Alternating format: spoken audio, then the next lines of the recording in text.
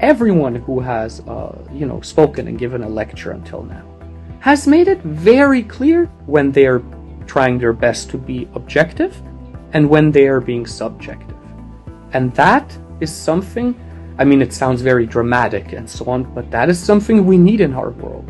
We need things like this, because this disinformation chaos is a threat. Absolutely. So any institution that does anything in this, sense like ICEUR is doing something very important.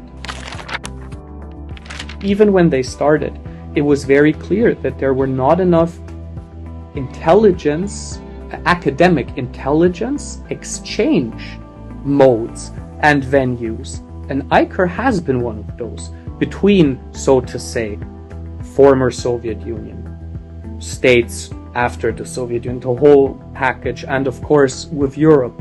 So it took a very important role there.